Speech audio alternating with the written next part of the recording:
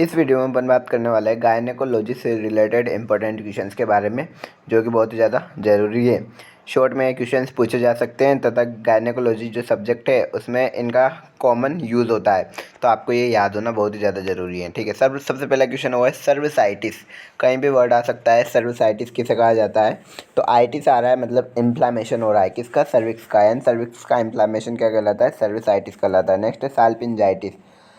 इसमें भी आइटिस आ रहा है। आइटिस का मतलब इन्फ्लामेशन होता है और साल्पिन का मतलब होता है fallopian tubes. And fallopian tubes का इन्फ्लामेशन साल्पिंजाइटिस कहलाता है। Next endometritis. एंडोमेट्राइटिस का मतलब होता है यूट्रस की सबसे आंतरिक कवरिंग लेयर जो होती है उसे एंडोमेट्रियम कहा जाता है। तो एंडोमेट्रियम का इन्फ्लामेशन एंडोमेट्राइटिस कहलाता है। Next oophoritis. ऊफोराइटिस का मतलब होता है ओवरी का इन्फ्लामेशन क्या कहलाता है? ऊफोराइटिस कहलाता है। Next pelvic abscess. Pelvic abscess क्या होता है? संक्रमण इन्फेक्शन के कारण पेल्विक गुआमपस का एकत्रित होना पेल्विक एब्सेस कहलाता है। ठीक है, ये सारी बहुत ही इंपॉर्टेंट है। Cervicitis, salpingitis, endometritis, oophoritis, pelvic abscess. Next है सर्वाइकल इरोजन। सर्वाइकल इरोजन क्या होता है?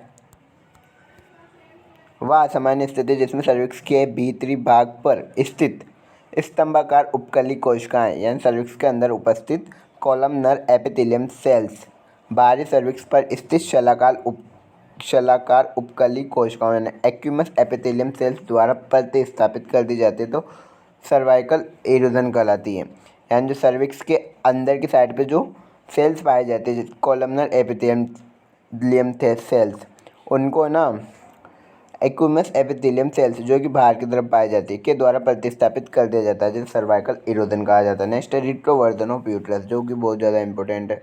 पूछा जाता है कि यूट्रस की आकृति कैसे होती है, तो आपको बताना है रेट्रोवर्जन यूट्रस की आकृति होती है वह असामान्य स्थिति जब यूट्रस पीछे की ओर घूम जाता है तथा कॉर्पस का लंब अक्ष एवं सर्विक्स एक सीध में आ जाते हैं, रिट्रोवर्जन ऑफ यूट्रस कहलाता है।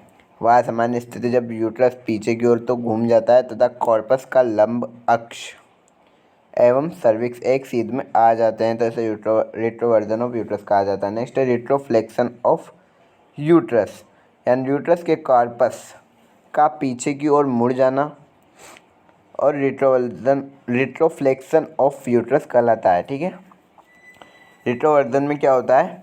वह सामान्य स्थिति होती है जब यूट्रस पीछे की ओर घूम जाता है तथा कॉर्पस तथा लंब अक्ष एवं कॉर्पस का जो लंब अक्ष एवं सर्विक्स एक सीध में आ जाते हैं, बल्कि यूट्रस के कॉर्पस का पीछे की ओर मुड़ जाना ही रिट्रोफ्लेक्शन कहलाता है।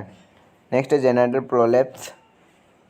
सहायक संरचनाओं की कमजोरी के कारण मादा जनन तंत्र के अंगों जैसे वेजाइनल वॉल्व तथा यूट्रस का अपनी सामान्य स्थिति से नीचे की ओर खिसक जाना जेनाइटल प्रोलेप्स कहलाता है। Next radiotherapy. किसी बीमारी को उपचार हेतु आयोनाइजिंग रेडिएशंस का उपयोग करना रेडियोथेरेपी कहलाते हैं। Next puberty. वह उम्र जब मादा में द्वितीयक लैंगिक लक्षण एंड सेकेंडरी सेक्सुअल कैरेक्टरिस्टिक्स का विकास होना प्रारंभ होता है, तो उसे तथा जननांग जो होते हैं वो फंक्शनल अवस्था में आ जाते हैं, उसे प्यूबर्टी कहा जाता है। Next menarche. किसी महिला के जीवन में आने वाला फर्स्ट एमसी साइकिल या मेनार्की कहलाता है। Next menopause. मासिक चक्र का स्थायी रूप से बंद हो जाना मेनोपॉज कहलाता है। नेक्स्ट प्रीकोशियस प्यूबर्टी यानी समय से पहले आने वाली प्यूबर्टी। किसी लड़की में 8 वर्ष से भी पूर्व की उम्र पर द्वितीयक लैंगिक लक्षणों का विकास हो जाना, 10 वर्ष से पूर्व की उम्र पर ही तो मासिक धर्म का प्रारंभ हो जाना, तो उसे प्रीकोशियस प्यूबर्टी कहा जाता है। नेक्स्ट पायोमेट्रिया। गर्भाशय गुहा यानी यूट्राइन कैविटी में मवाद का एकत्रित हो जाना पायोमेट्रिया कहलाता है।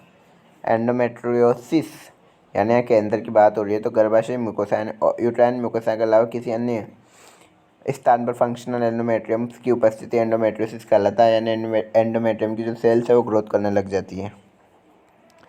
Genito urinary fistula. फेस्टुला क्या होता है? असामान्य संबंध होता है, यानी यूरिनरी तथा जेनाइटल ट्रैक्ट के मध्य कम्युनिकेशन जेनाटो यूरिनरी फेस्टुला कहलाता है। Next dilatation and curettage. Dilatation का मतलब होता है डायलेट करना, कुरेचर का मतलब होता है खरोचना या निकालना, उसे खरोच कर। इस ऑपरेशन प्रक्रिया के दौरान पहले सर्विक्स का कैनाल का डायलेशन किया जाता है, उसके पश्चात यूरेट्राइन का कुरेचर किया जाता है, यानी फीटस की डेथ हो जाने पर उसे निकाला जाता है। नेक्स्ट हिस्टेरियोसाल्पेंजोग्राफी। यहाँ पर ग्राफी है, टॉमी नहीं है।